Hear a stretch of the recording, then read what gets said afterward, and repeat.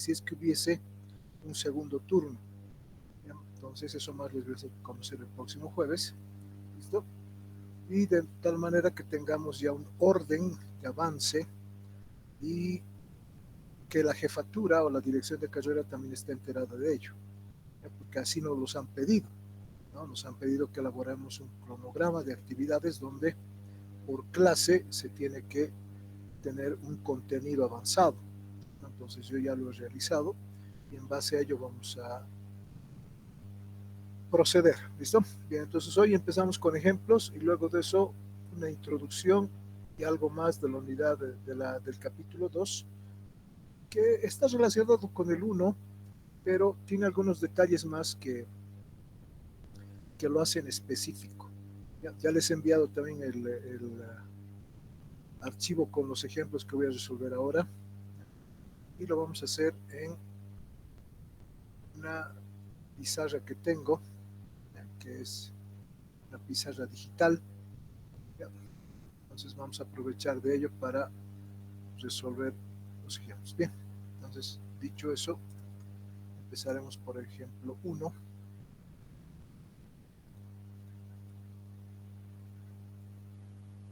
Si no pueden tomar apuntes, o sea, no es necesario que tomen apuntes. ¿Por qué? Porque una vez que yo termine de llenar la pizarra, la voy a exportar como imagen y se las voy a enviar al grupo con el problema resuelto. O sea que no hay necesidad de que tomen apuntes. Lo que sí es que quisiera que atiendan en lo que en la resolución o solución, ¿ya? Para que vean la aplicación de todo lo que hemos visto hasta ahora, de las ecuaciones y los conceptos que se han desarrollado. Bien, vamos a empezar con el ejemplo número 1, ¿no? Que nos habla de una eh, barra de nylon, ya nos dice que está mostrada en la figura. Bien, vamos a exportar la imagen para ver el correspondiente diagrama.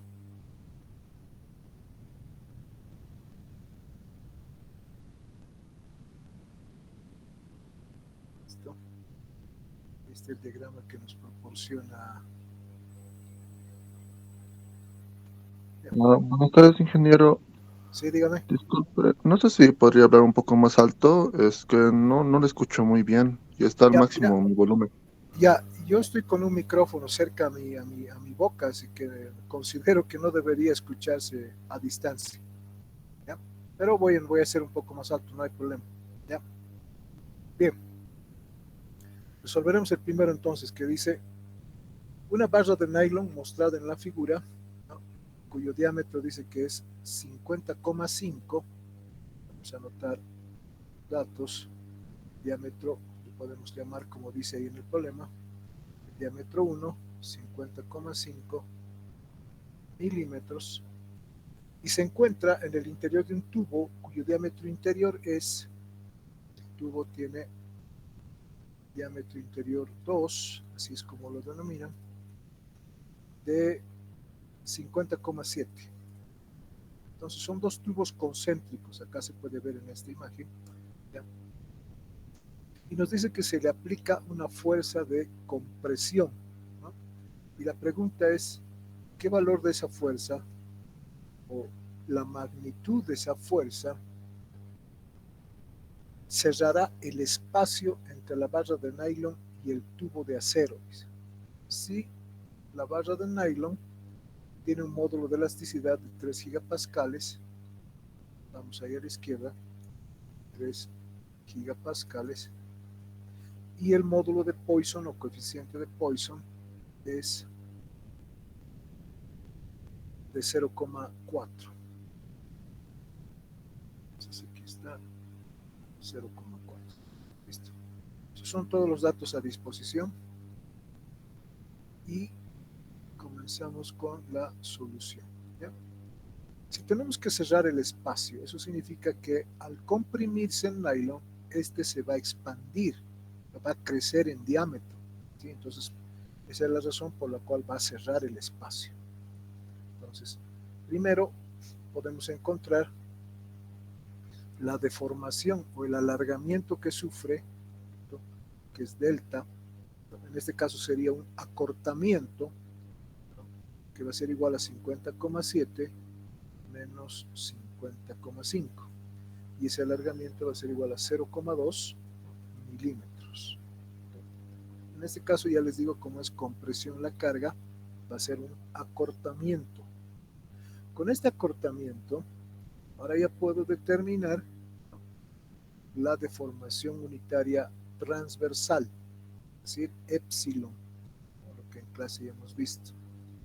Epsilon transversal. Epsilon transversal, por definición, va a ser igual al acortamiento, que lo hemos denominado con delta, dividido entre el diámetro inicial o diámetro original, ¿no?, porque estamos en la dirección transversal, es la dirección del diámetro. Yo lo voy a poner aquí, de sub 0. En este caso sería los 0,2 que acabamos de calcular dividido entre 50,5. Y eso nos da 3, y eso pueden comprobar ustedes con la calculadora, 3,96 por 10 a la menos 3, ¿no? Adimensional. ¿Listo? Bien. Tenemos la deformación transversal. Una vez que se tiene la deformación transversal, aprovechamos de la definición del coeficiente de Poisson para encontrar la deformación unitaria axial. O sea, hay que recordar que Poisson lo habíamos definido como la relación entre, y lo voy a escribir nuevamente, la deformación unitaria transversal, epsilon transversal, dividido entre epsilon longitudinal o axial también, ¿no? Por eso le he puesto una A minúscula, ¿no?, de axial. También se le podía haber puesto una L para decir que es longitudinal, ¿no?, o a lo largo de ese. Y también podríamos haber utilizado letras en los ejes coordenados, X, Y, Z. Entonces de acá podemos decir que la deformación unitaria axial longitudinal va a ser igual a menos la deformación unitaria transversal, que ya se ha calculado, dividido entre el coeficiente de Poisson, ¿no? Para el menos, yo ya les he dicho, clase, que lo que hace es decirnos que está en compresión, o sea que se está disminuyendo su dimensión, porque el módulo de Poisson o coeficiente de Poisson nunca es negativo, ¿no? Así que tenemos menos epsilon transversal es 3,96 por 10 a la menos 3, 10 a la menos 3, y dividido entre 0,4, lo cual nos da una respuesta de menos 9,9 por 10 a la menos 3, por 10 a la menos 3, adimensional, ¿no? Y el menos, obviamente, su significado es lo que he dicho, ¿no?, compresión, está disminuyendo esa dimensión, ¿no? Y en los enunciados va a decir así, la dimensión tal disminuye, va a decir. Entonces nosotros ya tenemos que tomar en cuenta que es negativa esa disminución, para que cuando la reemplacemos en esta ecuación, menos con menos, más. ¿Listo? Eso van a tener cuidado con los signos, jóvenes. Bien. Y una vez que ya tenemos entonces la deformación axial, que está en dirección de la carga, dirección de la fuerza, podemos aplicar la definición de esfuerzo. Esfuerzo, que era sigma, es igual a fuerza sobre área.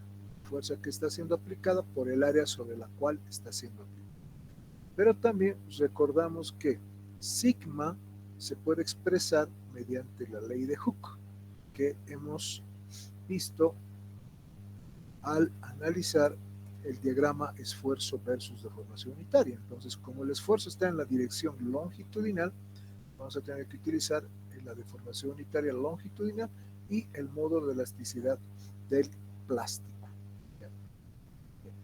Entonces, con ello ya puedo despejar la expresión para la carga, ¿no? La carga va a ser igual al módulo de elasticidad por la deformación unitaria axial y por el área de la sección transversal, ¿no? El módulo de elasticidad está en gigapascales, pero yo necesito la fuerza, por ejemplo, podría ser en kilonewtons o podría ser en newtons, ¿no? Elijo Newton, elijo Newton, salvo el enunciado me diga otra cosa, ¿no? El enunciado decía encuentre la fuerza P, nada más, no decía encuentre la fuerza P en kilonewtons o en newtons, entonces yo elijo newtons, por lo tanto voy a utilizar como módulo de elasticidad del plástico 3000. ¿Por qué 3000? Porque ahora va a estar en megapascales, y un megapascal es equivalente a un newton sobre milímetro cuadrado, y eso multiplicado por los 9,9 por 10 a la menos 3 por 10 a menos 3 y por el área de la sección transversal que es circular, tanto será y cuartos del diámetro correspondiente, que es 50,5 y elevado al cuadrado, ¿no? Entonces, permítame hacer esto. 55 elevado al cuadrado, ¿no? Por lo tanto, como resultado de la operación nos da 59.000 y eso comprueben ustedes 494 newtons, expresado en kilonewtons 59,5 kilonewtons. Bien. Entonces esto lo vamos a guardar como ejemplo 1. Listo. Bien, esa es el primer ejemplo, ¿no? Utilizando las ecuaciones básicas. Vemos el segundo ejemplo.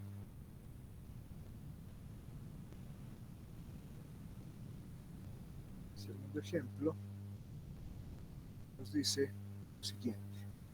El segundo ejemplo nos dice una barra de sección transversal circular se muestra en la figura. Se le aplica una fuerza de tracción de 50 kilonewtons. Entonces P es igual a 50 kilonewtons. La barra tiene una longitud de 3,25 metros. Esa va a ser la longitud original o inicial y un diámetro de 42 milímetros.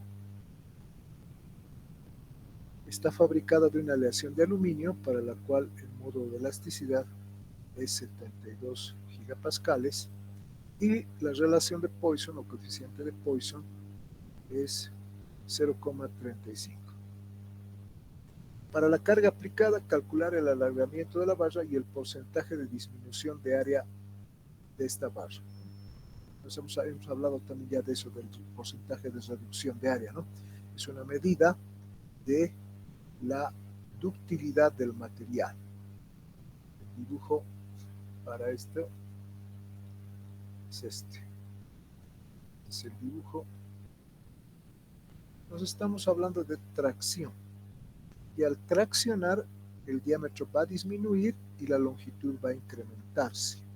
Por tanto, podemos ya nomás, ¿no?, determinar la deformación unitaria que va a sufrir en dirección axial, ¿cierto? Y eso se puede hacer fácilmente, ¿no? Como tenemos ya la carga, que es P, tenemos la longitud, tenemos el diámetro, el modo de elasticidad, entonces directamente ya podemos encontrar el alargamiento. Y en este caso, la fórmula para el alargamiento que habíamos visto en la clase es P L sobre EA. La carga P la tenemos 50.000 newtons multiplicado por la longitud que sería 3.250 milímetros dividido entre el modo de elasticidad que es 72.000 megapascales o newtons sobre milímetro cuadrado y multiplicado por el área de sección transversal, que en este caso la sección transversal es circular, tanto sería y cuartos del diámetro al cuadrado. Cuartos del diámetro al cuadrado, que sería 42. 42 elevado al cuadrado. Bien. Si ustedes calculan,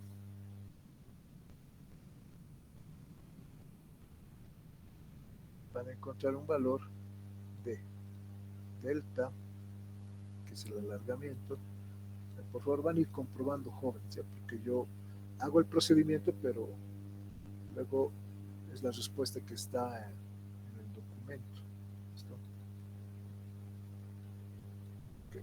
Comprueben, por favor, si es que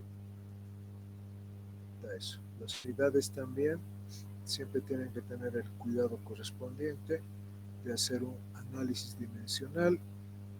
No se hagan mucho problema con las unidades. 1,629 obtengo.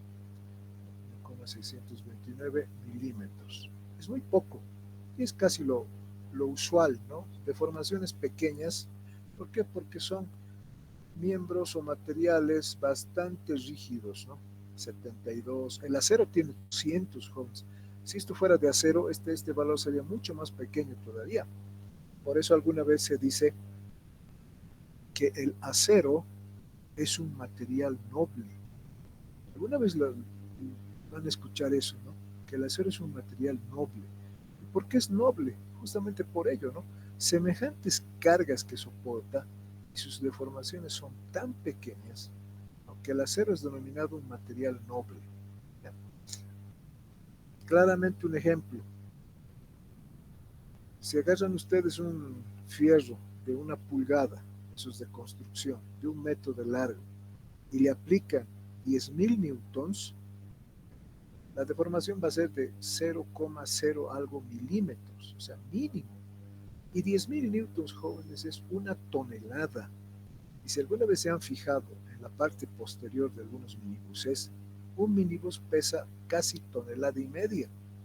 Entonces, ese pequeño alambre de 1 pulgada de diámetro, 1 metro de longitud, puede soportar casi un minibús, ¿cierto? Entonces, por eso se dice que el acero es un material noble. Hagan ese ejemplo, jóvenes, tienen ya las fórmulas, ¿no? Coloquen una fuerza, ¿no? Y calculen la deformación. Y van a ver lo poco que se deforma para tan grande fuerza. Ahora veremos, como ya tenemos el delta, ¿cierto? Podemos encontrar la deformación axial. La deformación unitaria axial será. La deformación unitaria axial será.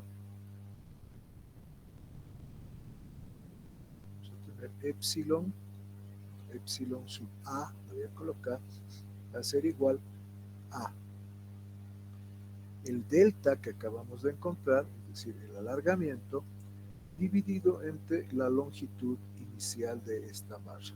L sub 0 lo voy a colocar. Entonces el alargamiento es 1,629 dividido entre 3.250. Por lo tanto, esta deformación axial sería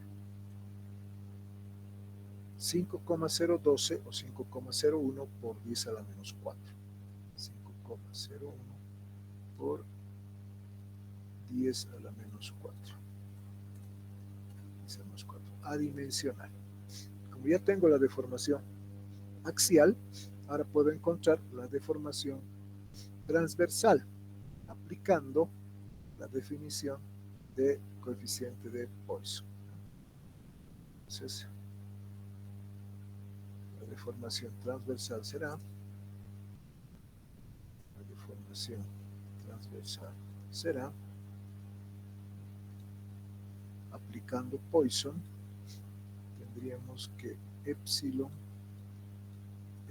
transversal es igual a menos Poisson por epsilon longitudinal o epsilon axial. Entonces, menos 0,35 multiplicado por 5,01 por 10 a la menos 4.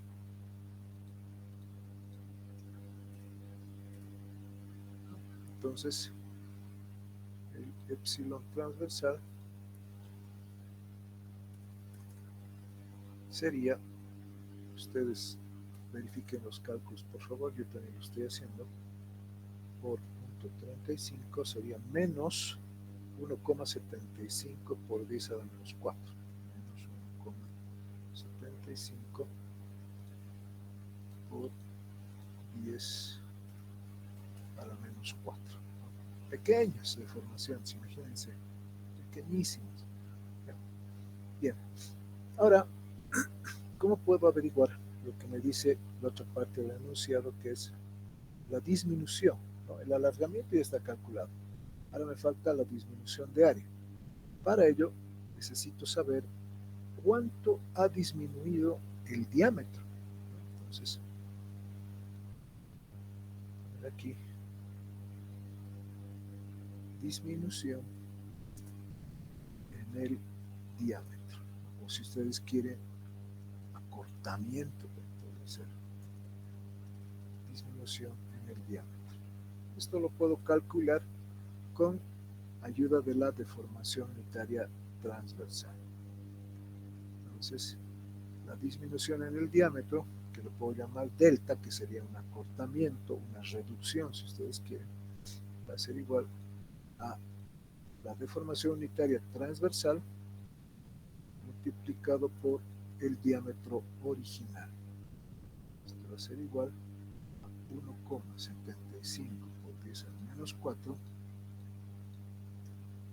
por 10 a la menos 4 multiplicado por los 42. Entonces, ¿cuánto va a reducir el diámetro? Pues lo que vamos a calcular a continuación. 1,75 por 10 a la menos 4 multiplicado por 42 sale 7,37 por 10 a la menos 3. 7,37 por 10 a la menos 3. Y esto está en milímetros. Y además saben que como es reducción, ¿no? Es una cantidad negativa, ya que el transversal, y eso lo podemos poner acá, aclarar, es negativo, por lo tanto esta es una cantidad negativa. Y el signo tiene sentido físico, ¿no? No tanto algebraico. Por lo tanto, el diámetro final, si ustedes quieren, vamos a llamar diámetro 2, diámetro final, va a ser igual al diámetro inicial menos lo que ha variado el diámetro. Serían 42 menos los 7,37 por 10 a la menos 3. 37 por 10 a la menos 3. De tal modo que el nuevo diámetro, después de haber sido aplicada la carga, va a ser 42 menos esa respuesta, 41,9926 milímetros.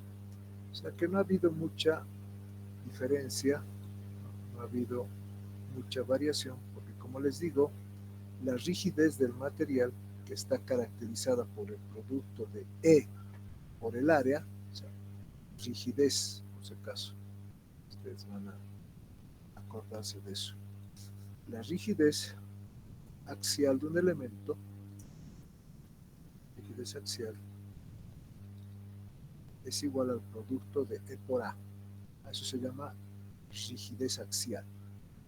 Entonces la rigidez axial de este elemento es bastante grande, por eso es que la disminución en dimensiones no es considerable. Bien.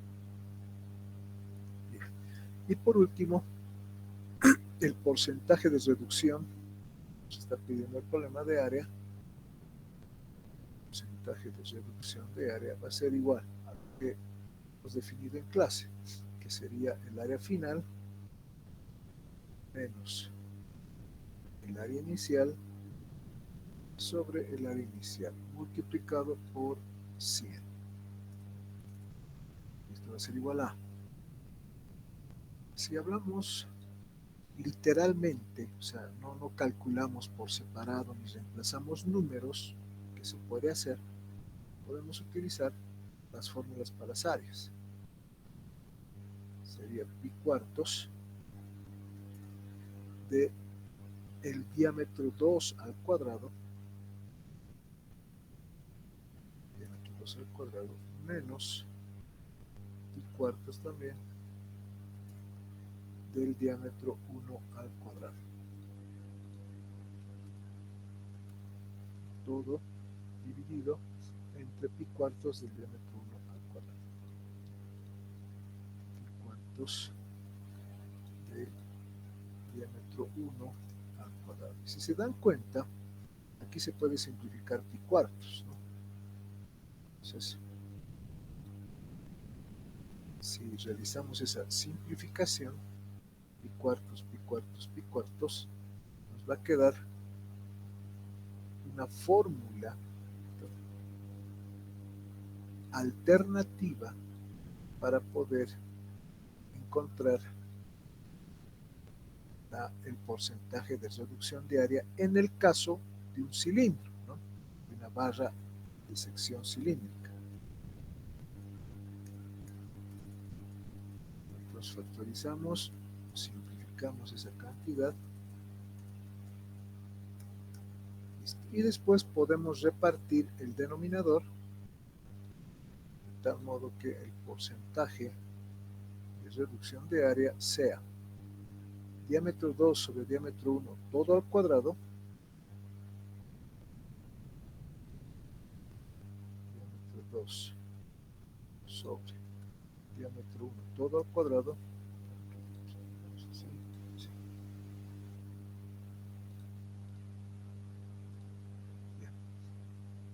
diámetro 2 sobre diámetro 1 todo al cuadrado menos 1. Ahí está una fórmula alternativa para el porcentaje de reducción de área en función de los diámetros.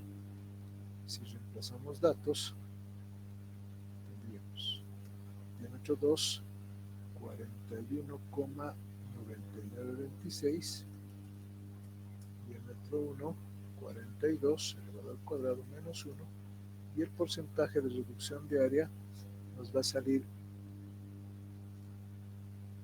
negativo, y eso ya saben por qué, 0,035%. Entre 42 elevado al cuadrado menos 1 multiplicado por 100. Sí, confirmado. Menos 0,03508. Bueno, 0,035%. O sea, mínimo el porcentaje, ¿no? Eso significa que no ha ocurrido lo que les he explicado en clase, ¿no?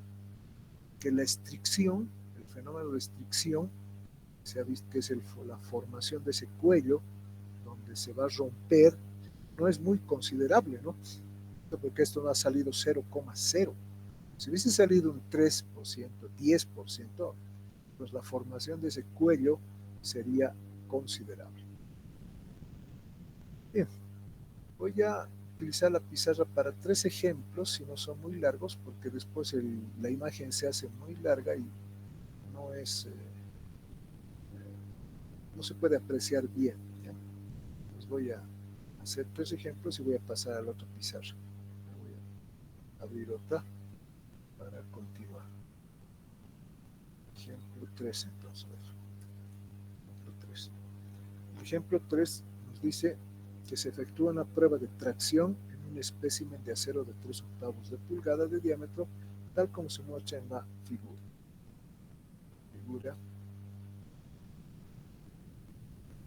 Está. Aquí nos están indicando la longitud calibrada, nos están dando el diámetro, la longitud, las cargas, y nos dicen que el diámetro es de 3/8. Entonces ya podemos ir anotando esos datos. Diámetro igual, podemos dividir 3/8, eso es 0,375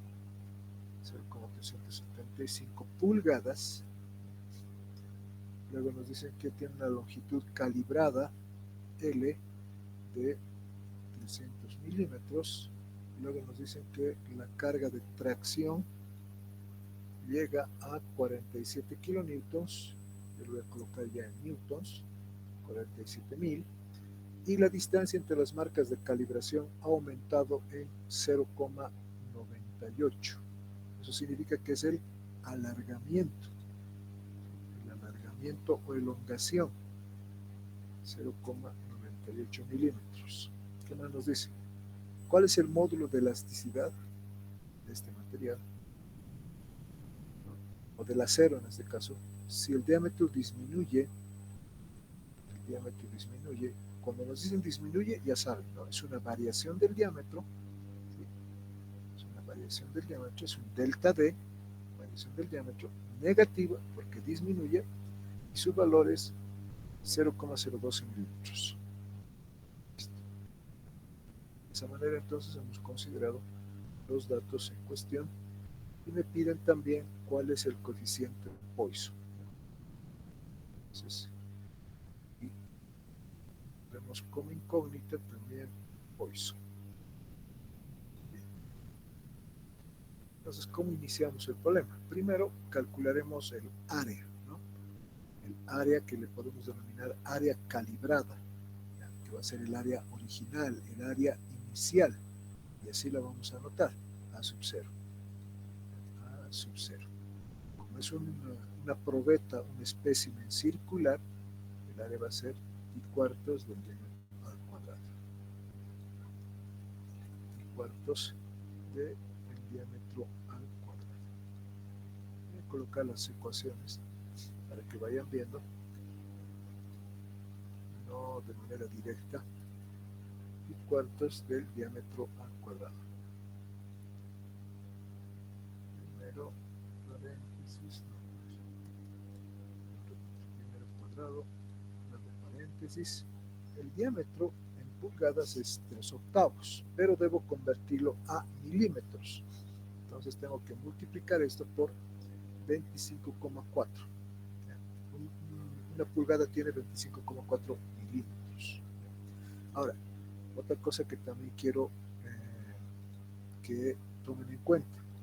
Si todas las unidades hubiesen estado en el sistema inglés, no había necesidad de cambiar nada, de convertir nada, por favor. Eso les voy a pedir para las prácticas o para algún problema que se les asigne. Si está en el sistema inglés todas las unidades, no hay necesidad de transformar, deben mantenerse en el sistema inglés. Entonces calcularemos esto, sería por 25.4 elevado al cuadrado, 4 por pi,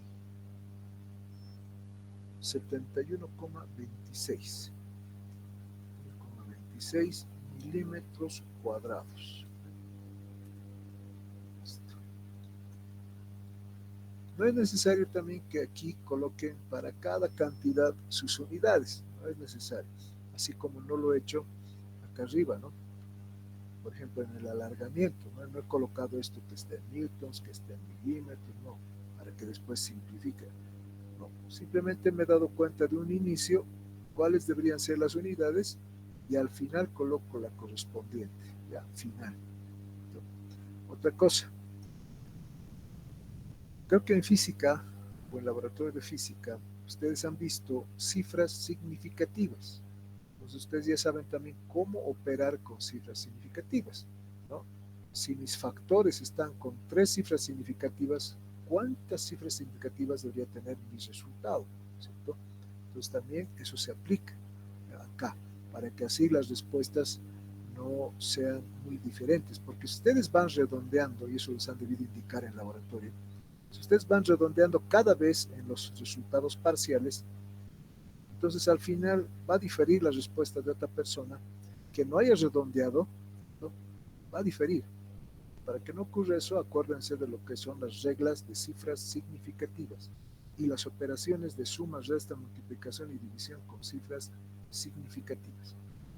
Bien, pues ya tenemos el área. Una vez que tenemos el área, ya podemos calcular, ¿no?, la deformación unitaria axial, ¿no?, epsilon. Voy a aprovechar de esta ecuación ya lo tengo escrita.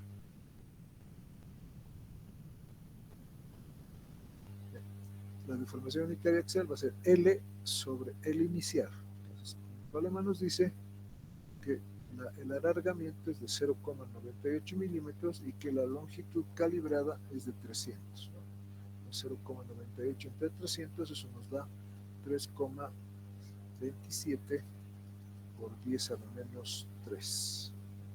Ahora nos recordamos nuevamente de que existe y hemos visto la ley de Hooke, ¿no? Sigma es igual a E por epsilon A.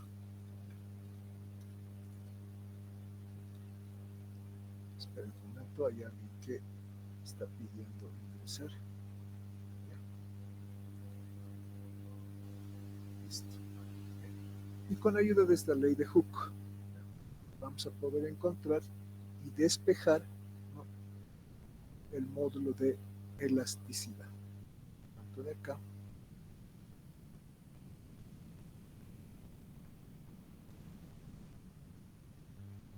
Acá tenemos que el módulo de elasticidad E va a ser el esfuerzo sobre la deformación unitaria, ¿no? Esfuerzo sobre la deformación unitaria, epsilon axial. Pero no hay que olvidar que el esfuerzo es fuerza sobre área, es decir, P dividido entre el área inicial y por la deformación unitaria axial, ¿no? Entonces ya hemos encontrado una ecuación que obviamente no está en todos los libros, ¿no?, porque son ecuaciones que provienen del problema, ¿no?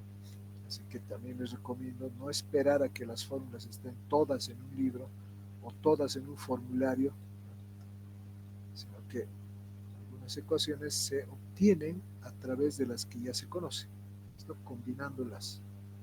Reemplazaremos datos.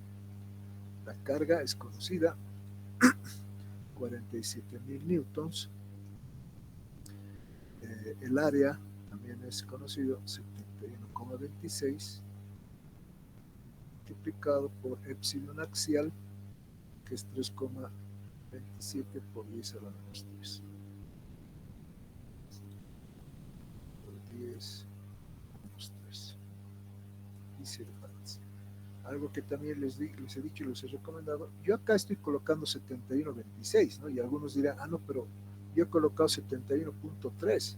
Otro dirá, no, yo he colocado 71,256.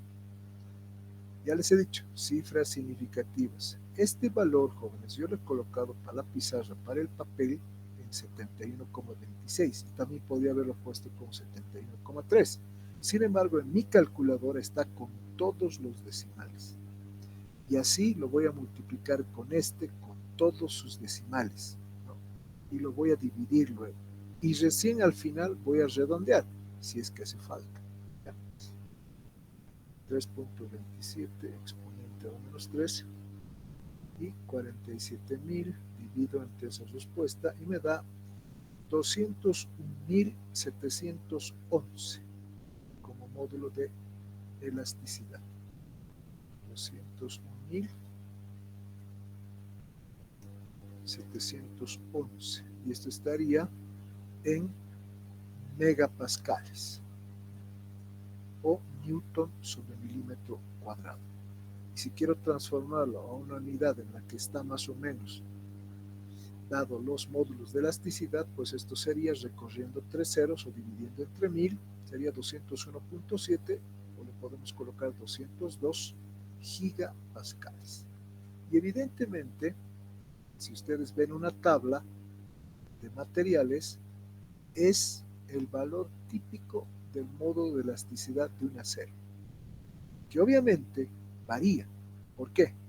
Porque los aceros tienen diferente contenido de carbono, los aceros tienen diferentes tratamientos térmicos, ¿no? Algunos aceros serán rolados, como le dicen, o laminados, otros serán enfriados en frío, etc. Entonces, de acuerdo a eso, el modo de elasticidad también varía, pero este es un valor típico, ¿no? Unos 200, 201, 202 es un valor típico de un acero común al carbono. Ya tenemos el módulo de elasticidad. A continuación, el problema dice, ¿cuál es el coeficiente de Poisson? Bueno, para eso solamente nos falta, ya tenemos la deformación unitaria axial, nos falta encontrar la deformación unitaria transversal, epsilon sub t. Va a ser igual a la reducción del diámetro, que es el delta d, que nos han proporcionado como dato, dividido entre el diámetro inicial o diámetro original. La reducción del diámetro, hemos dicho que es negativa por ser reducción, 0,012, y el diámetro original es 3 octavos, que obviamente es 0,375 y hay que multiplicarlo por 25.4 para que esté en milímetros, ¿no? Entonces, menos 0,012 dividido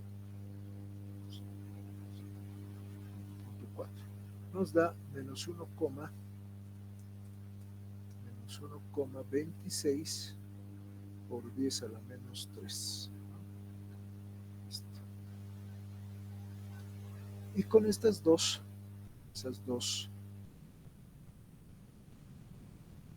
deformaciones ya puedo encontrar el coeficiente o la relación de Poisson, ¿no? Que es deformación transversal menos 1,26 por 10 a la menos 3 sobre la deformación axial, que es 3,27 por 10 a la menos 3 también. Por 10 a la menos 3, ¿no? Dando como resultado 0,386. Y obviamente han visto cómo funciona el signo, ¿no? Si el diámetro reducía menos, con el menos de la fórmula de Poisson se hace más, ¿no? Poisson siempre positivo. Y ese también es un valor típico de los aceros, ¿no? El 0,386, 0,33, 0,35, más o menos típico. Igual, pueden remitirse a una tabla ustedes y en las tablas se encuentran esos valores típicos. Bien, veremos ahora el ejemplo número 4.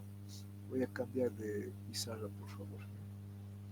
Como les digo, para que la imagen no se haga muy grande y no la puedan luego observar ustedes.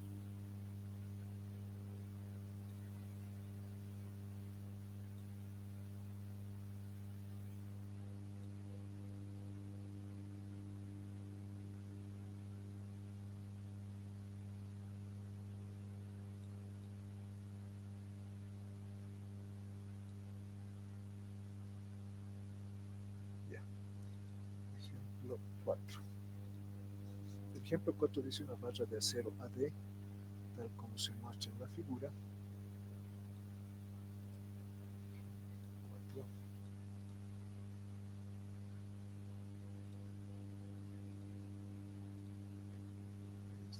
La barra esta barra tiene 3 tramos y este símbolo aquí al final significa que está fija en ese extremo. Está fija en su extremo izquierdo y está soportando 3 cargas. Los valores de las cargas están dados a continuación. La carga 1 es 25 kilonewtons. La carga 2, la carga 3, la carga 2 es de 30 kilonewtons. La carga 3 es 40 kilonewtons. Listo. Las 3 cargas. Las longitudes de los segmentos, acá están dados. L1 podemos decir, L2, L3.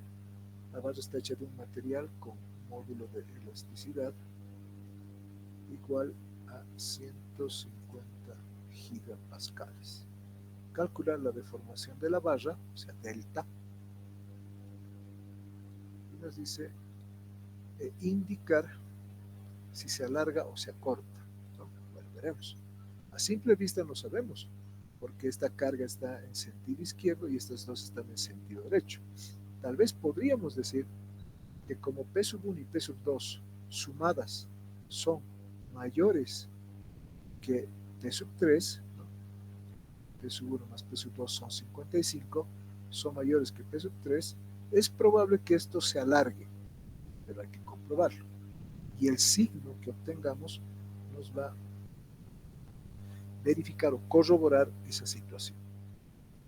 Entonces, primero, ¿qué hay que hacer? Hay que encontrar las normales.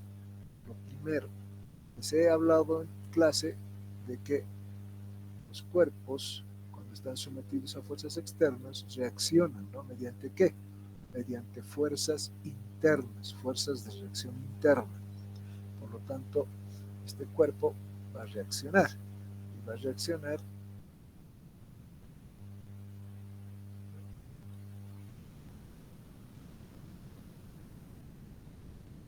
y vamos a hacer 3 secciones de corte. Ahí lo vamos a colocar en líneas segmentadas, por favor, para que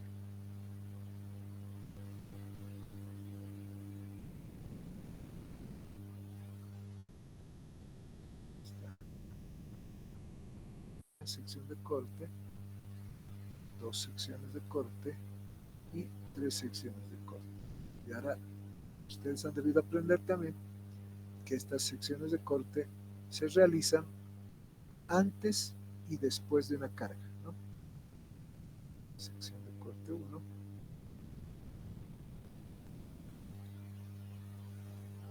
es el contexto, ¿no? Sección de corte 1, sección de corte 2, sección de corte 3, ¿no? 3 secciones de corte. Pero ustedes dirán, ¿por qué necesito 3 secciones de corte? Bueno, no necesariamente las secciones de corte están relacionadas con las cargas, sino con lo que les acababa de decir. La sección de corte se hace antes y después de una carga, antes y después de una carga, antes y después de una carga, aunque no se olviden que acaba de haber reacciones, ¿ve? Y además, alguna vez alguien me decía, ¿la sección de corte es en la mitad? No, la sección de corte es en cualquier lugar de C y D, no en la mitad necesariamente, en cualquier lugar de CD. Solamente tiene que cumplir antes de la carga aplicada en C y después de la aplicada en D. Mismo en este tramo BC. Antes de B, donde está aplicada P1, y después de C, donde está aplicada P2. Y lo mismo en este tramo. Antes de A, donde están las reacciones, y después de B, donde está P1. Esa es la condición para realizar las secciones de corte. Y la tienen que saber desde ahora. Yo creo que la han aprendido en mecánica técnica, cuando han encontrado diagramas de momento flector y cortante, fuerza cortante, ¿no? Entonces, una vez que tenemos las 3 secciones de corte, colocamos en equilibrio, esas 3 porciones. Voy a empezar primero por la porción 1, ¿no? La sección de corte 1. Entonces voy a hacer la sección de corte 1, este pedacito lo estoy aislando y voy a también aprovechar de colocar la línea que hemos utilizado para mencionar la sección de corte. Voy a utilizar acá, ¿sí? Voy a colocar ahí para decir que ese es el pedacito que estamos considerando, y sobre este pedacito está actuando, ¿no? Una carga, la carga P sub 3, ¿no? En dirección hacia la izquierda. Aquí está actuando P sub 3. Y como ya hemos dicho en clase, en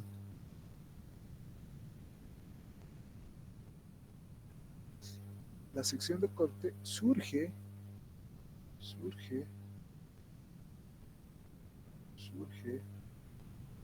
una normal, que en este caso sería la normal 1. Y también hemos dicho en clase que este cuerpo o este pedacito está en equilibrio, por lo tanto puedo hacer suma de fuerzas en la dirección axial y encontrar N1. Además hemos dicho que esta dirección de la normal es positiva. Por lo tanto, N sub 1 más B sub 3 es igual a 0. Por lo tanto, N sub 1, por lo tanto, N sub 1 va a ser igual a menos B sub 3. ¿Eso qué nos quiere decir? Que el primer tramo entre D y C está sometido a compresión. Eso nos quiere decir. Ya tengo N1. Vamos con el segundo, con la segunda sección de corte. Ahora otra cosa, también ustedes dirán y se deben estar preguntando seguramente, ¿y por qué no ha calculado la reacción? Si generalmente cuando nos enfrentamos a un problema decimos, calculemos la reacción y recién procedemos a resolver.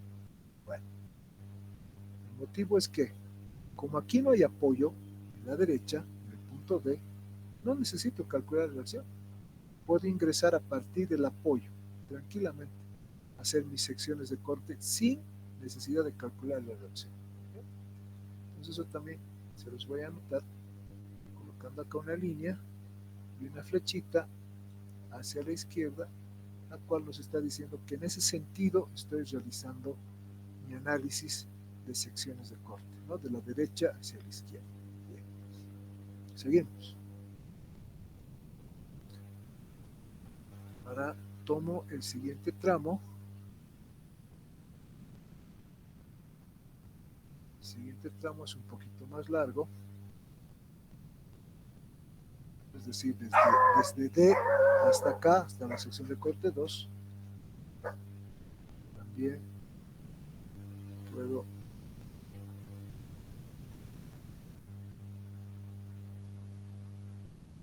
dar ahí la línea que me indica que es la sección de corte. También puedo dibujar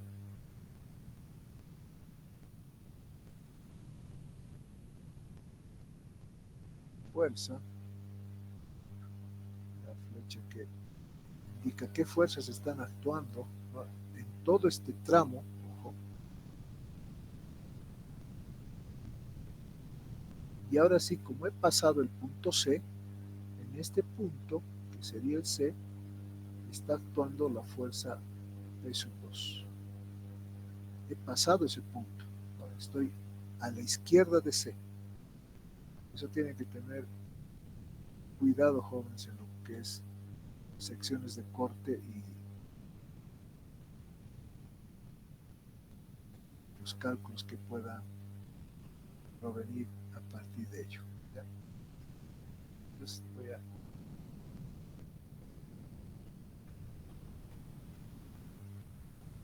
colocar aquí, esta es P sub 3, P sub 3, esta otra es, aquí abajo la voy a colocar, es P sub 2, y obviamente aquí tenemos la normal. La normal sería 2. La normal 2, listo. Y este cuerpo está en equilibrio, por lo tanto, en esta dirección positiva digo N1 más P3 menos P sub 2 es igual a 0. Por lo tanto, aquí es N2. Por lo tanto, N2 va a ser igual a P sub 2 menos P sub 3. Y esto va a ser P sub 2, que es 30, menos P sub 3, que es 40. Entonces,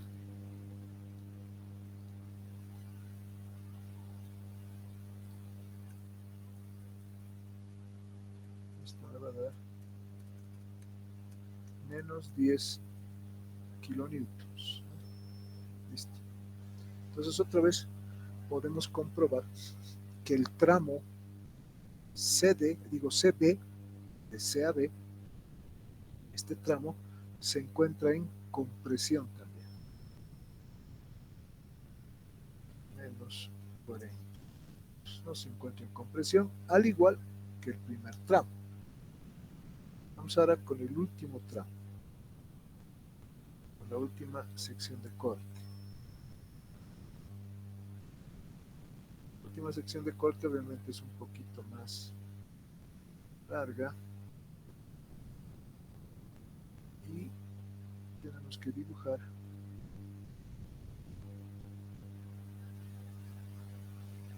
acá las cargas que están actuando.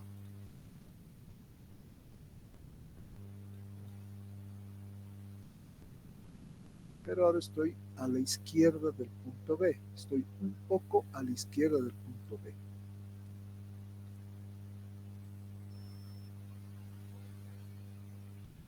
Voy a volver a indicar dónde hemos realizado la sección de corte.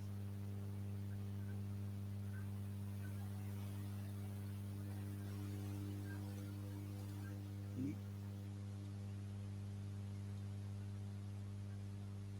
acá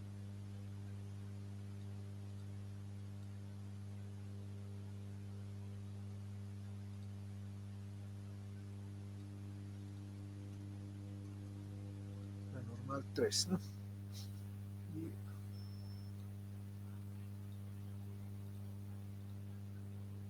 aquí un poquito acá estaría la carga de sub 1. Luego en el punto C estaría la carga de sub 2. Punto C. No sé si ustedes gustan, puedo colocar aquí que es el punto C, este es el punto D, este es el punto B. O sea, puedo colocar aquí, ¿sí? Para que sepamos de qué puntos estamos hablando. Ahí está. P 2.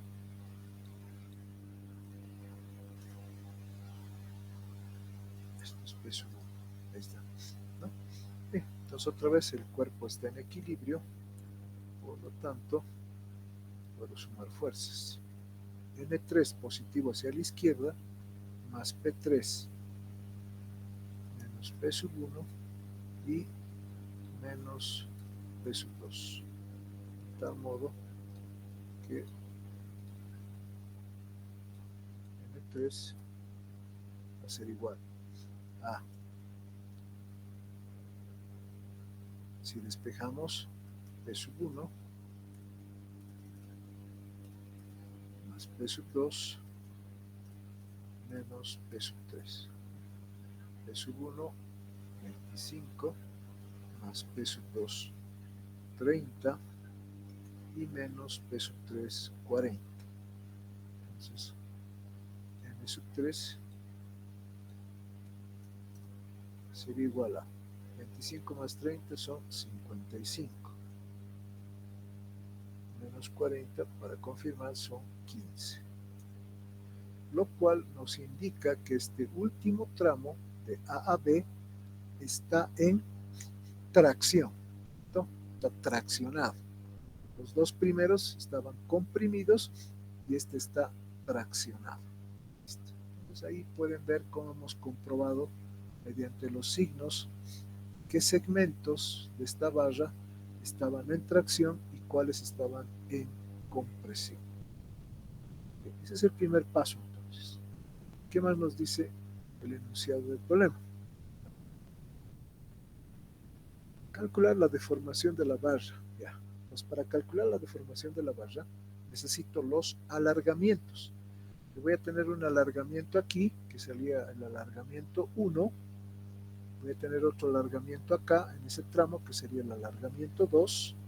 y voy a tener otro alargamiento aquí que sería el alargamiento 3.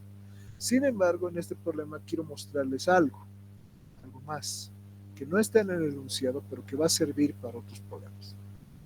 Si graficamos, yo voy a trazar unos ejes coordenados, por eso, así. Voy a trazar unos ejes coordenados que coincidan con este punto, con el A,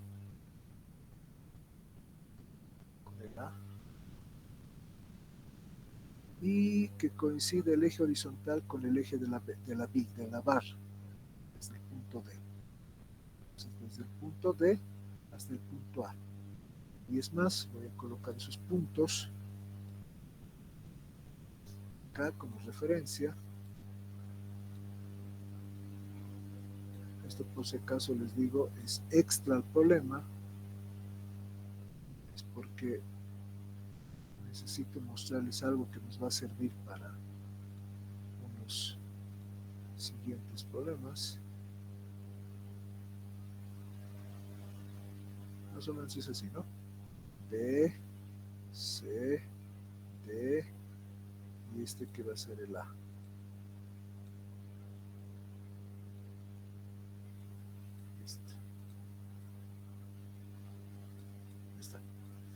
Y voy a decir que este eje, el eje X, el eje horizontal, sea el eje que coincide con esta línea azul, es decir, el eje longitudinal, ¿no? Y este eje vertical que sea el eje de los esfuerzos. Eso voy a hacer. Voy a hacer que coincida con ello. Este va a ser el eje de los esfuerzos, o perdón, de las normales. Vamos a colocar aquí. Normal.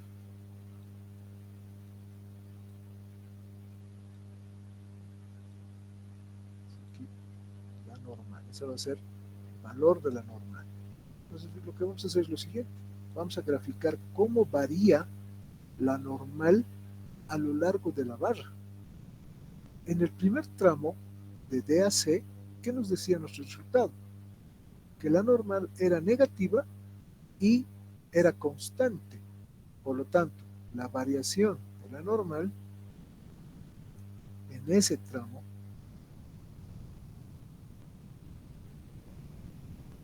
lo voy a hacer con otro color.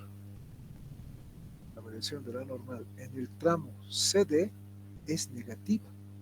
Es decir, comienza en D y tiene una intensidad de, que hemos visto, más o menos de 40 y se mantiene constante hasta el punto C. Es una línea horizontal, tengo que trazar, que se mantiene constante.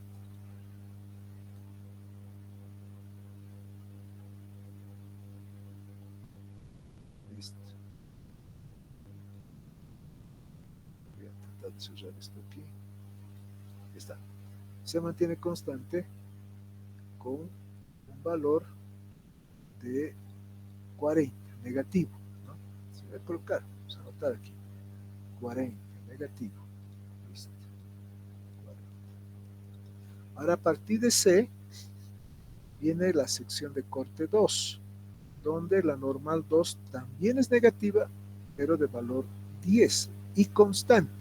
¿A qué me refiero con constante, jóvenes? Con que no depende de la longitud.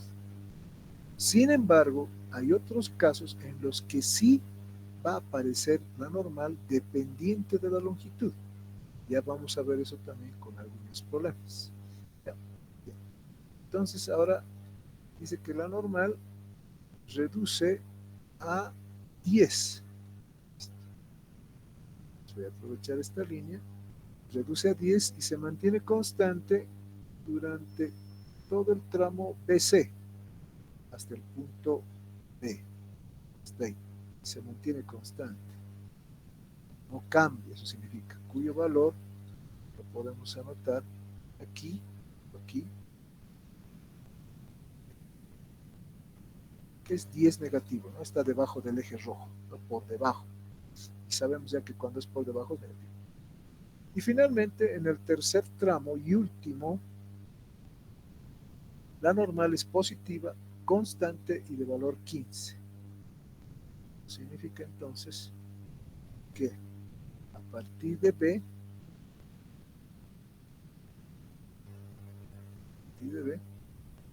la normal se vuelve positiva y a un valor de más o menos 15. Y se mantiene constante durante todo ese tramo, durante el tramo AB, se mantiene constante.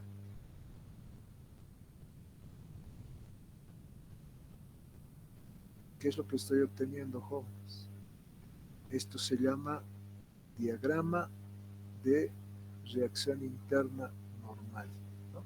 Es una variación de la reacción interna a lo largo de toda la barra. ¿Y qué más pueden notar a partir de este diagrama? Lo que les decía al principio, que no había necesidad de calcular la reacción.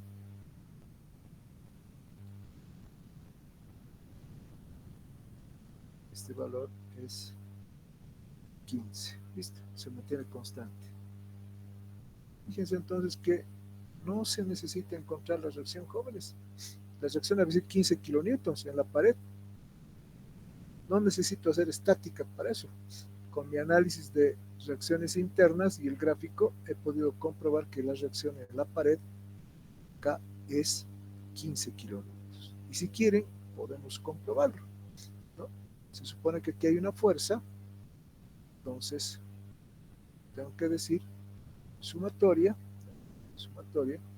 de fuerzas en la dirección X, le puedo llamar, ¿no? Igual a 0. La reacción la puedo colocar apuntando hacia la derecha, entonces vamos a tener reacción en la pared, que le voy a llamar R. Estamos haciendo ahora con el sentido convencional, positivo a la derecha, negativo hacia la izquierda. La reacción R luego tiene más P sub 1 más P sub 2 y menos P sub 3. Estoy haciendo estática, jóvenes, ¿ya? Para comprobar igual a 0. De tal modo que de esta ecuación la reacción,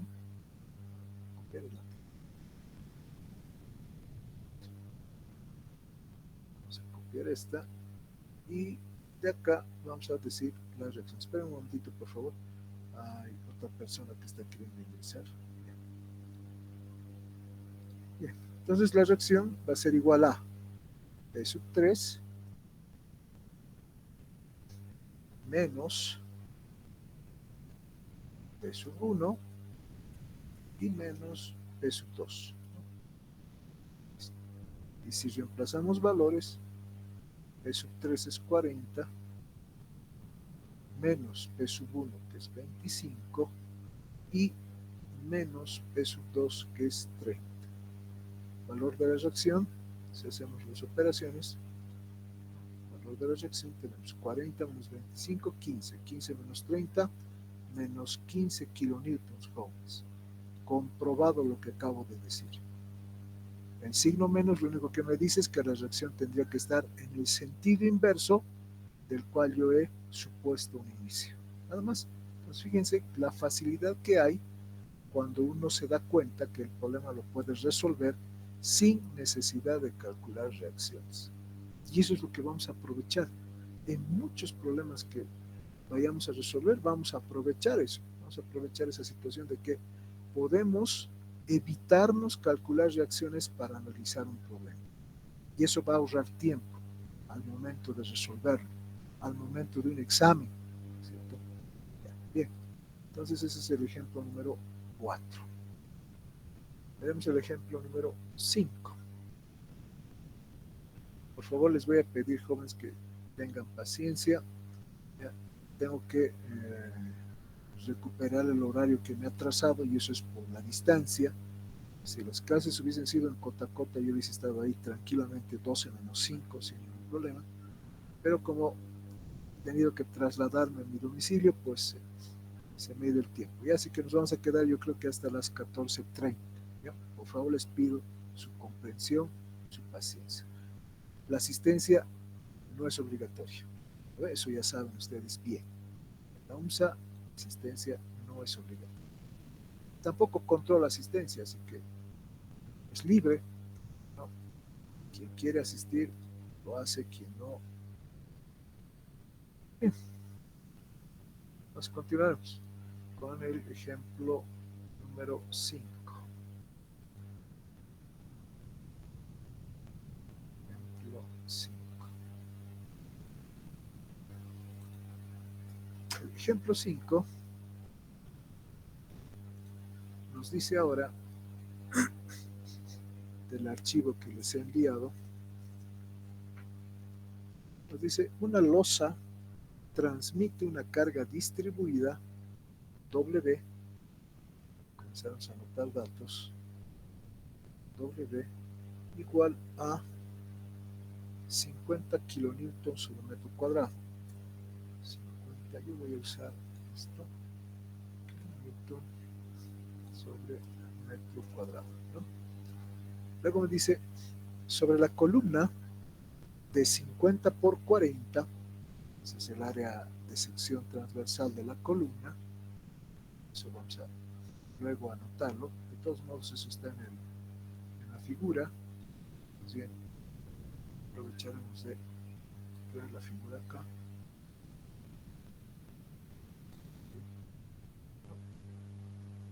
50 por 40. La columna descansa sobre una zapata, ¿no? Como se observa en la figura. El material tanto de la columna como de la zapata es de concreto reforzado con peso específico.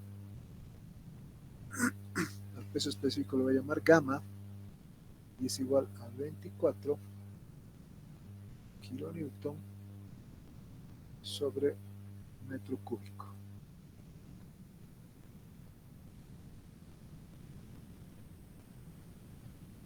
Esperen un momento, por favor, jóvenes.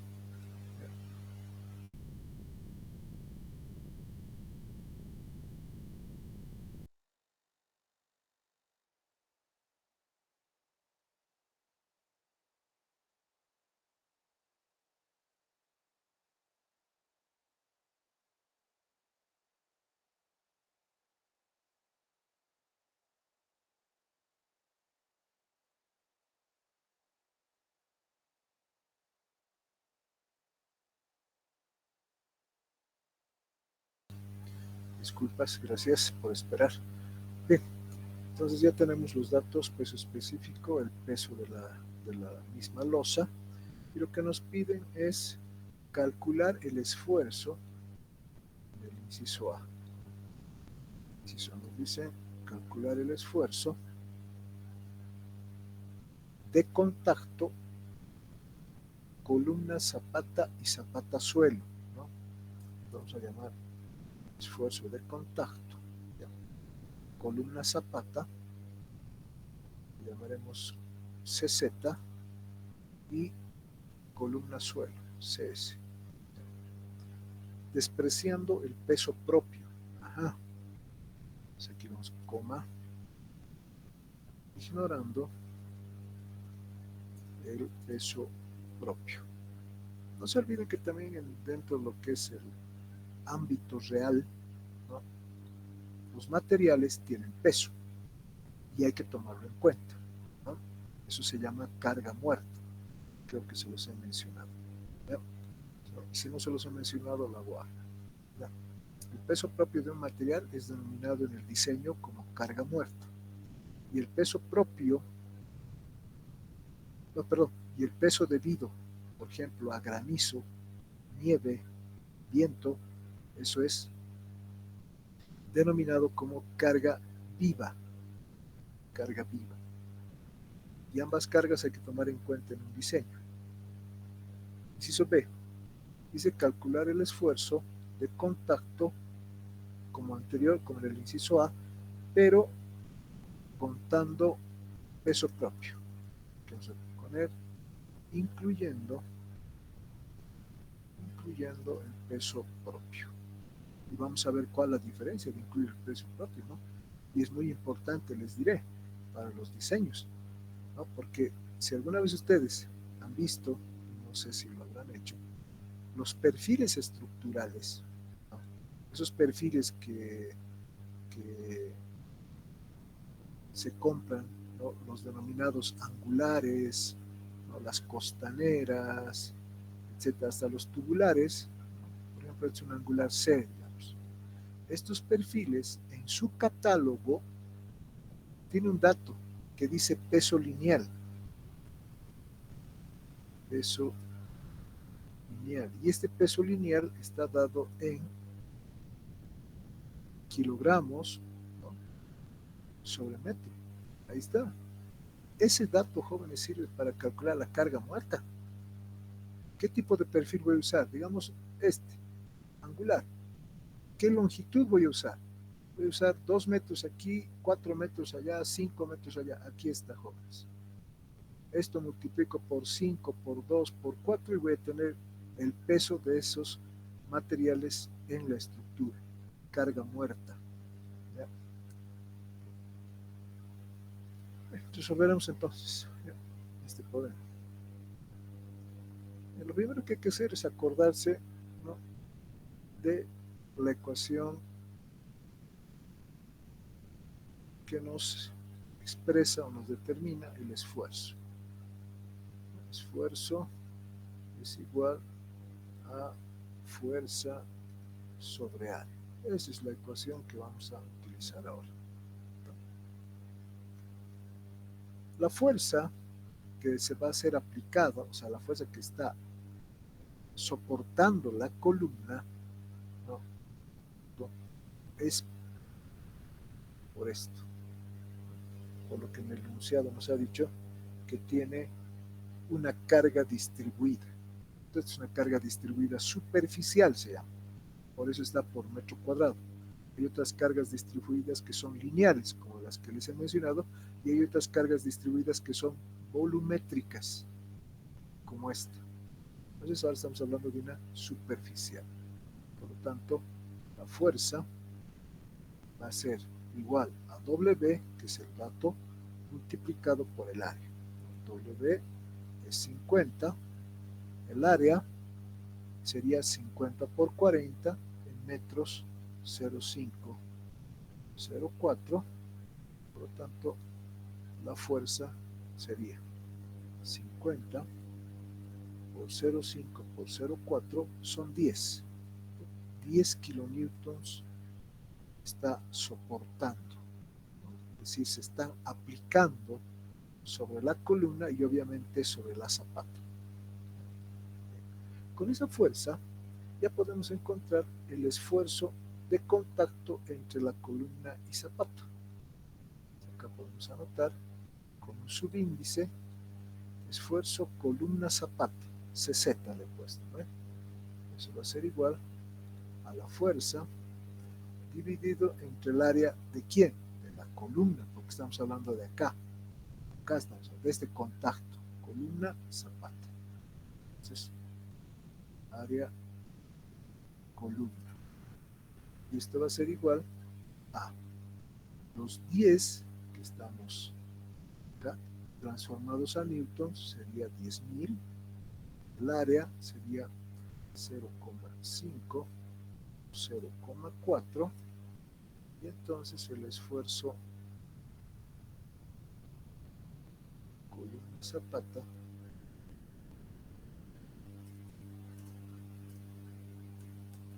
haremos el cálculo. 10.000 dividido punto 5 punto 4 sale 50.000. 50.000 y estaríamos hablando de pascales o su equivalente de 50 kilopascales. Ese es el esfuerzo de contacto. Para el esfuerzo de contacto entre zapata-suelo, voy a aprovechar estas dos ecuaciones.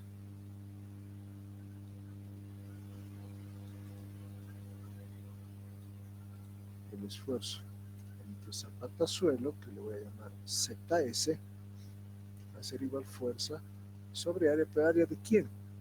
Esta vez ya es el área de la zapata, ¿no?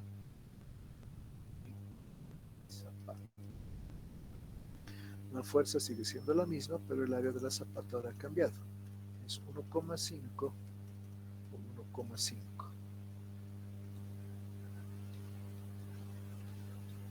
Entonces,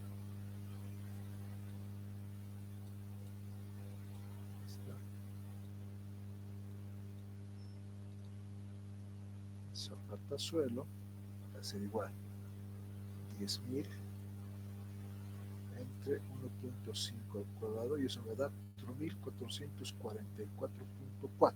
Ya, 4.444 suficiente, pascales, o 4,44 kilopascales. Pequeño, ¿no? Bien, esos son los esfuerzos entonces de contacto, ignorando el peso propio. Y claramente aquí se ve, ¿no?, la relación entre columna zapata y zapata suelo, ¿no? Este es casi 10 veces este, ¿no? Vamos con el inciso B.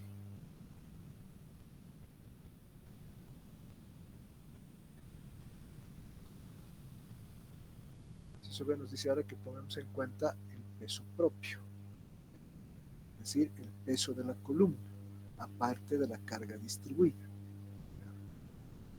Entonces, lo tenemos aquí. Peso propio de la columna. Vamos a calcular el peso propio de la columna. Va a ser igual a,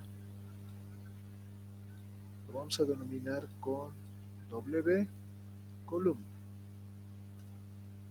Va a ser igual al peso específico de la columna, gamma columna, multiplicado por el volumen de la columna. Esto, ¿no? Esa es una ecuación básica, ¿no? ¿Cuál sería el peso específico? Vamos a anotar aquí abajo. El peso específico de la columna ya nos los han dado, ¿no? El peso específico de la columna es 24. Aquí está, kilonewtons sobre metro cúbico, multiplicado por el volumen de la columna. La columna, ¿qué volumen tiene? Tiene un volumen de 0,4 por 0,5 y por 3,5, ¿no? Eso nos dice del enunciado. 0,4 por 0,5 y por 3,5. Este está en metro, este está en metro, este está en metro, metro cúbico, con metro cúbico de acá se cancela y me queda kilonewtons. Entonces el peso de la columna sería igual 24 por 0,4 por 0,5 por 3,5.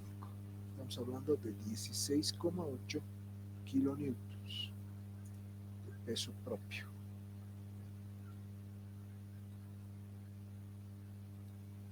Bien. Luego el esfuerzo entonces de contacto columna-zapata ahora se va a calcular de la siguiente manera. Voy a echar esto anterior.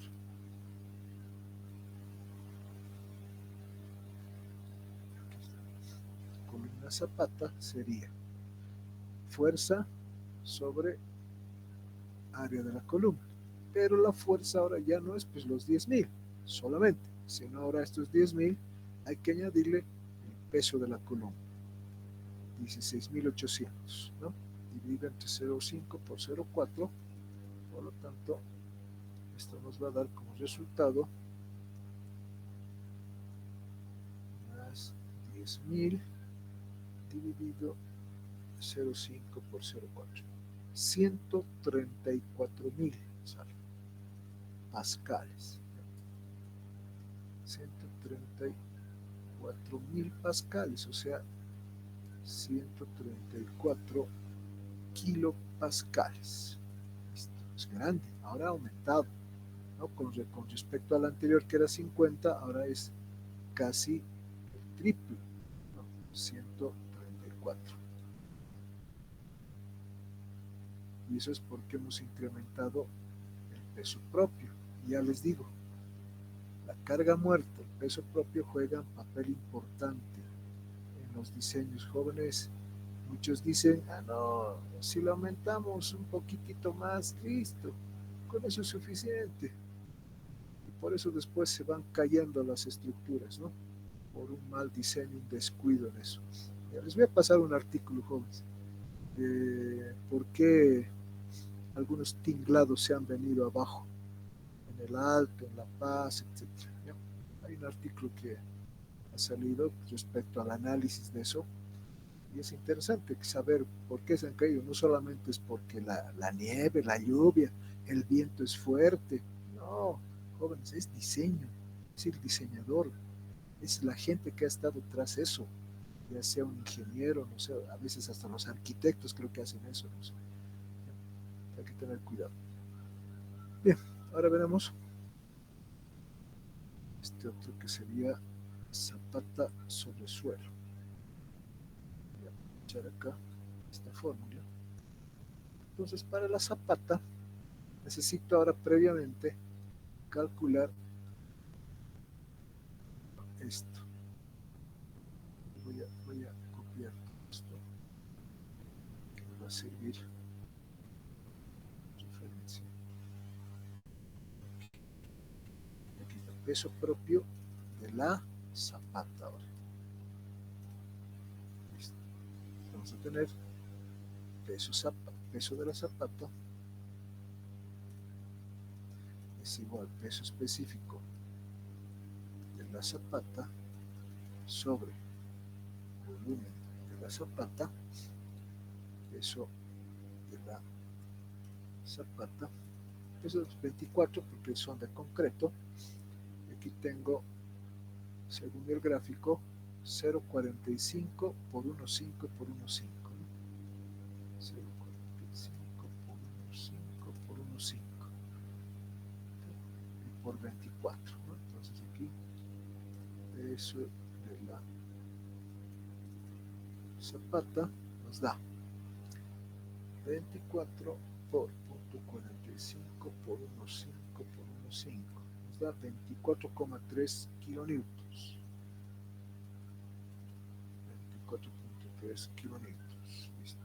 Entonces acá, zapata suelo.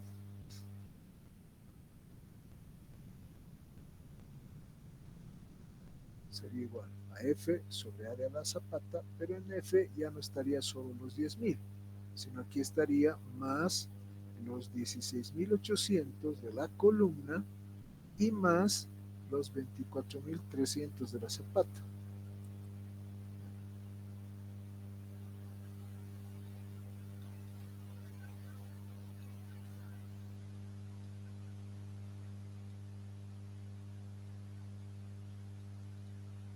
Entonces,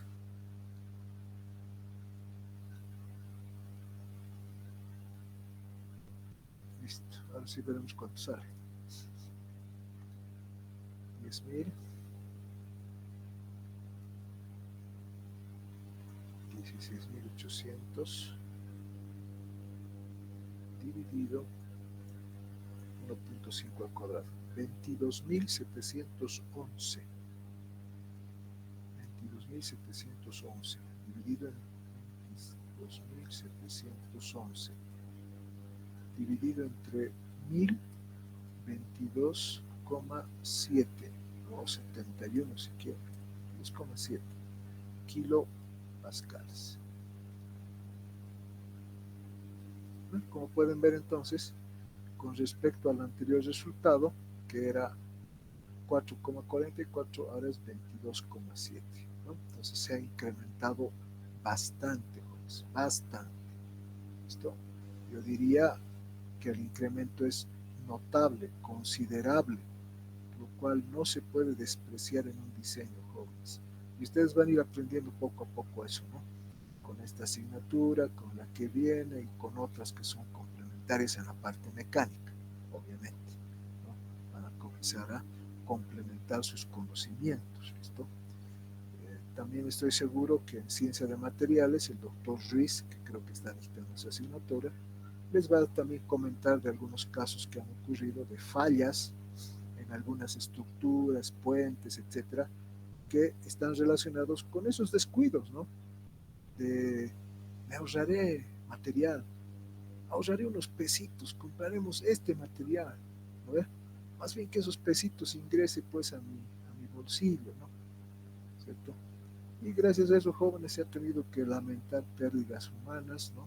De vida humana, pérdidas materiales, etcétera.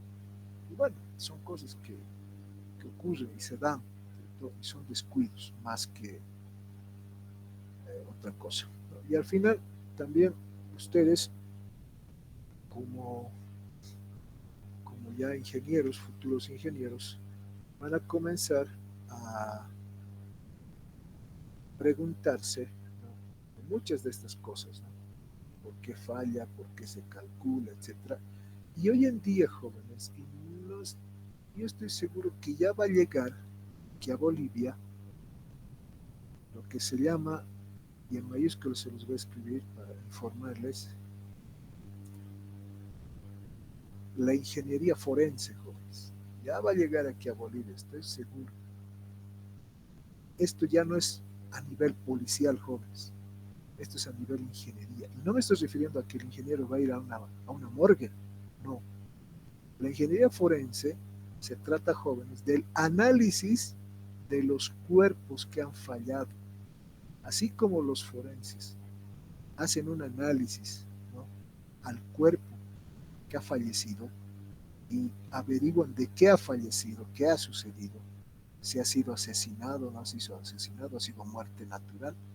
La ingeniería forense se va a ocupar y se ocupa, jóvenes, de esto, de por qué ha fallado una estructura, un edificio, un puente. Hace análisis de eso, jóvenes. Yo creo que con el tiempo va a llegar. Yo ya tengo, jóvenes, de esto, creo que tengo 2 libros ya de ingeniería forense, por si acaso, para que algún momento, si es que llega esto a Bolivia, yo ya esté listo, jóvenes, para hablarles de esta parte. ¿Ya? Pues tomen también en cuenta eso. ¿Ya? Que ya hay asignaturas o materias que van a tratar solo de eso, no solo de lo que es la falla de los materiales y por qué falla. Bien, veremos último ejemplo, yo creo, porque a ver si hemos recuperado lo que no he podido. Hemos empezado casi, si no me equivoco, ustedes me corrigen, creo que hemos empezado a la 1, si no me equivoco, ¿no? Perfecto. Ya, entonces más o menos es unas 2 horas. Resolver un ejemplito más para no cansarlos, ¿ya? Aunque se supone que estas clases son llevaderas porque cada uno está en su domicilio, tranquilo, etcétera, no está presionado por el tráfico y demás.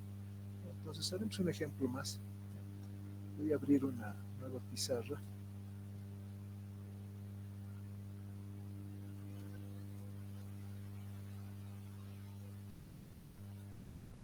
Y haremos un ejemplo.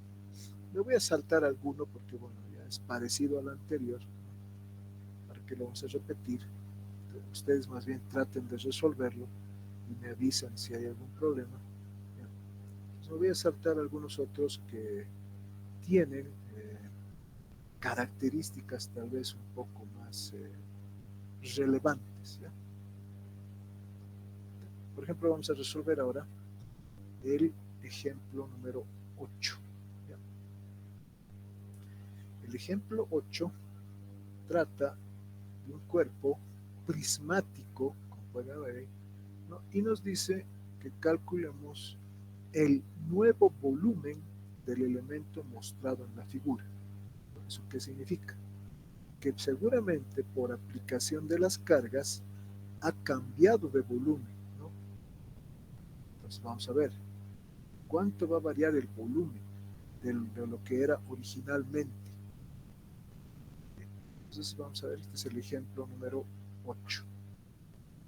En el ejemplo 8, primero colocaremos obviamente la figura del ejemplo 8. Está la figura. es un elemento prismático vertical, ¿no?, que tiene o está sujeto a cargas de 2000 kilonewtons, la longitud es 3 metros, la base es cuadrada de 10 centímetros de lado. Entonces, ¿qué datos nos están dando para este problema? Nos dicen que las cargas son 2000, el elemento es cuadrado del lado 10, eso está en la figura, la longitud es 3 metros, está en la figura, está fabricado de una aleación de aluminio con esfuerzo de fluencia a eso. Esfuerzo de fluencia sigma sub y igual a 270 megapascales. Módulo de elasticidad 75 gigapascales, 75 gigapascales, y coeficiente de Poisson 0,33. Con esos datos, lo que me piden es calcular el nuevo volumen de este elemento mostrado en la figura. Para empezar, calculamos obviamente el volumen inicial, pues, ¿no? Entonces aquí vamos a poner volumen inicial, dos puntos. El volumen inicial le voy a colocar o lo voy a anotar como B sub 0, B dentilabial mayúsculo, sub 0. El volumen inicial va a ser lado por lado por lado. Entonces 0,1 por 0,1 por 3. ¿No? Listo. Entonces el volumen inicial va a ser 0,03 metros cúbicos.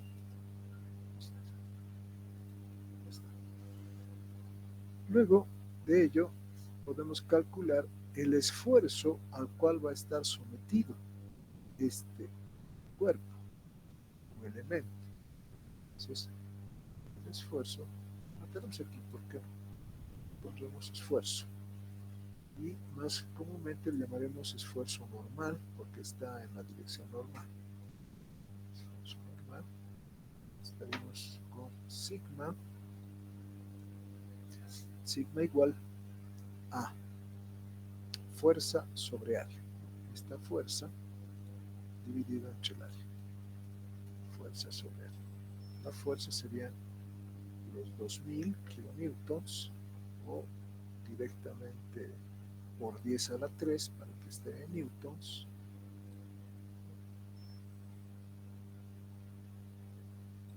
Por 10 elevado al cubo está en newtons. Y el área en milímetros. ¿Ya? Un metro tiene 1000 milímetros, entonces el lado del cuadrado sería 100 milímetros, ¿no? Porque ahorita es 0,1 metros. Entonces 0,1 metros, un metro tiene 1000 milímetros, 100. Entonces el área sería 100 por 100 milímetros cuadrados.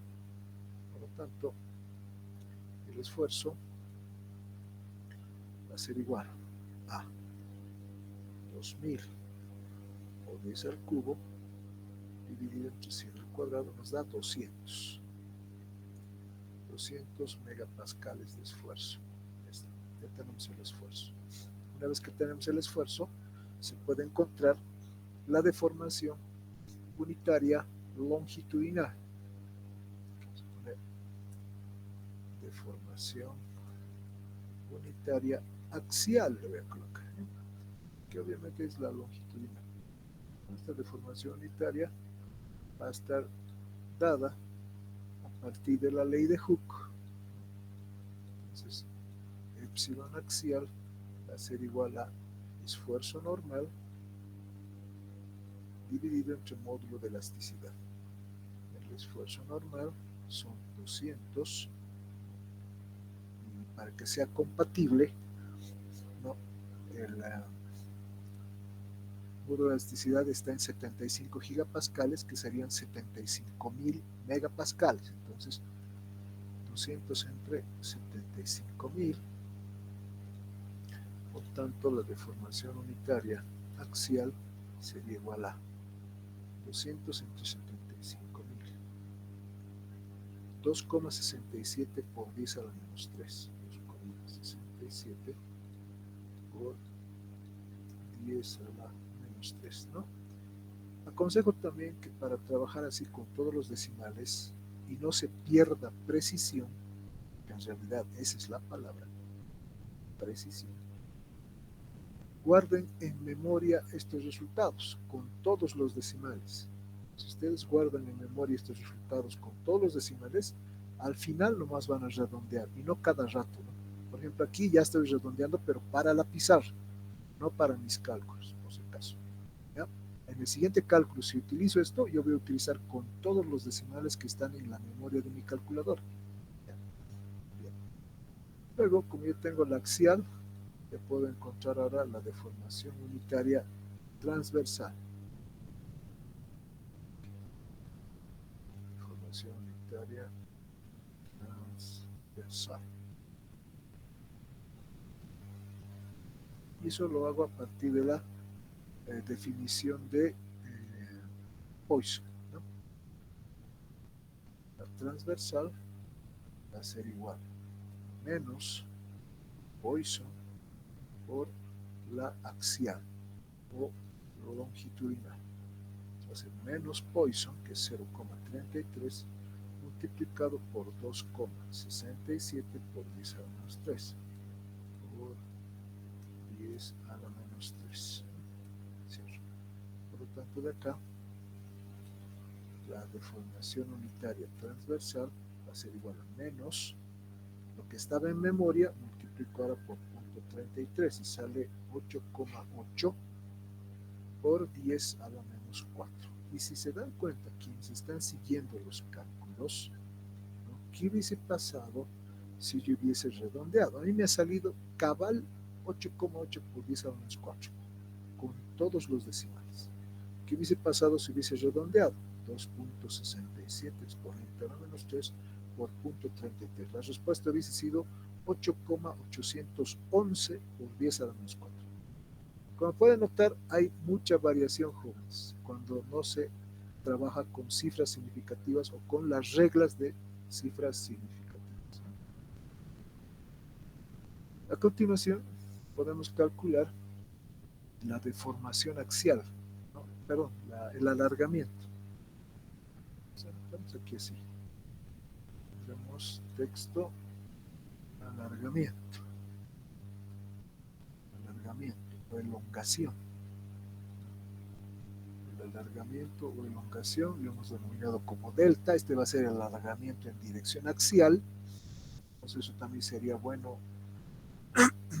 No, pero está bien. Para el transversal podemos utilizar otra letra. Delta se supone que es el axial y va a ser igual a epsilon axial multiplicado por la longitud, ¿no? La longitud original o la longitud inicial. Epsilon axial 2,67 por 10 a la menos 3 por 10 a la menos 3 multiplicado por 3, ¿no? Eso va a salir en metros. Por 3. Esto va a ser ya. De la memoria rescato el valor de 2,67 con todos sus decimales, lo multiplico por 3 y sale cabalito 8 por 10 a la menos 3. Eso comprueben los que tienen calculadora, ¿ya? Los que están siguiendo el cálculo. 8 por 10 a la menos 3, y esto me estoy olvidando, está en metros, importante las unidades. Con ello, ya puedo encontrar ahora la longitud final. La longitud final que va a ser igual a la longitud inicial más el alargamiento calculado, más delta. La longitud original es 3 más el alargamiento que sería 8 por 10 a la menos 3. 8 por 10 a menos 3. Y esto va a ser igual al resultado que ya tengo en la calculadora, le sumo 3,008 metros. Entonces no se alarga mucho si se dan cuenta, ¿no? Pero hay que tomar en cuenta cuando se trata de volúmenes. Bien. Ahora veremos el otro, ¿no? El otro alargamiento. Voy a copiar esta fórmula. en este caso sería el acortamiento, ¿no? Acortamiento transversal sería, ¿no? Ya no alargamiento. Entonces puedo llamarle así, el acortamiento, ¿no? En la otra dimensión, ¿no? Estamos hablando de esta dimensión o de esta dimensión. ¿No? Ya hemos calculado la que está en dirección de la fuerza, que es el axial o longitudinal.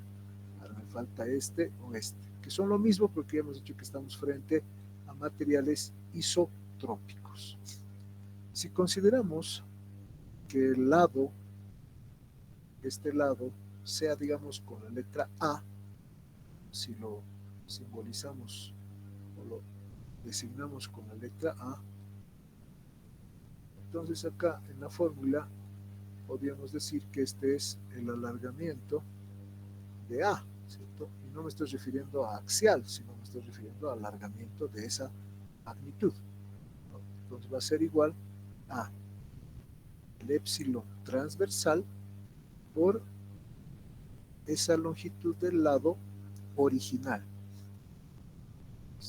Entonces, épsilon transversal es 8,8 por 10 a la menos 4 multiplicado por 0,1 en metros, ¿no? Esta magnitud, pues cuando sale 8.8 exponente a la menos 4 por punto 1, 8,8 por 10 a la menos 5, ¿sale? 8,8 por 10 a la menos 5 metros también. Obviamente tampoco es mucho el acortamiento, pero ahora con esto ya puedo encontrar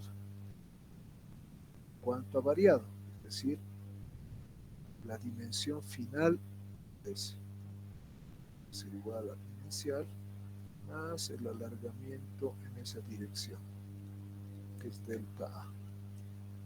0,1 más 8,8 por 10 a la menos 5 sería. Y esto me da seguramente 0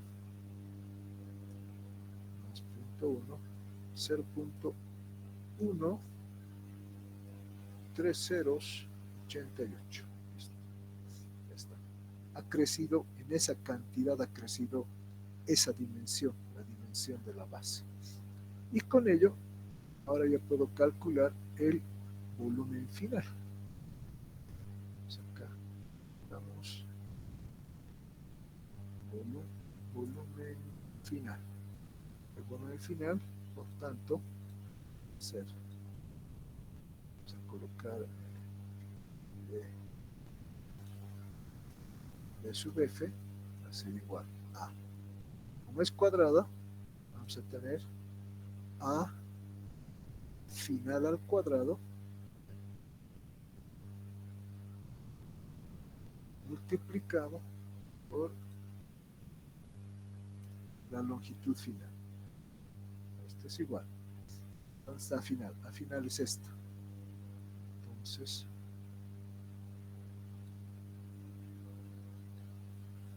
cero coma 88 al cuadrado, es la base al cuadrado, multiplicado por la longitud final, que es 3,008, y esto nos va a proporcionar un volumen final de esto al cuadrado por 3.008, 0,0301. 301,3, pero ya bueno, 303 podemos colocar metros cúbicos. Ahí está. Esa es entonces la variación de volumen, ¿no? Como se dan cuenta, el volumen inicial era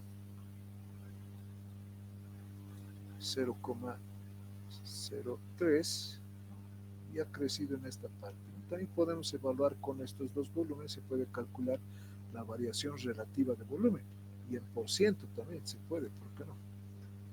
Podemos decir variación de volumen relativa, que sería volumen final menos inicial sobre volumen inicial. Esa es la variación relativa de volúmenes. Podemos calcularla. El volumen final 0,03013 menos el volumen inicial 0,03 sobre 0,03. A ver cuánto sale.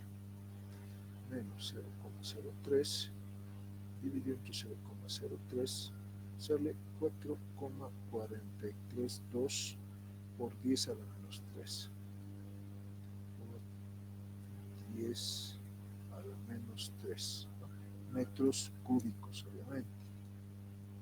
Y si queremos una variación porcentual, multiplicamos esto por 100 y nos sale 0,44%. O sea, ha variado el 0,44%. Bien, muy bien, jóvenes. Agradezco su presencia, su participación.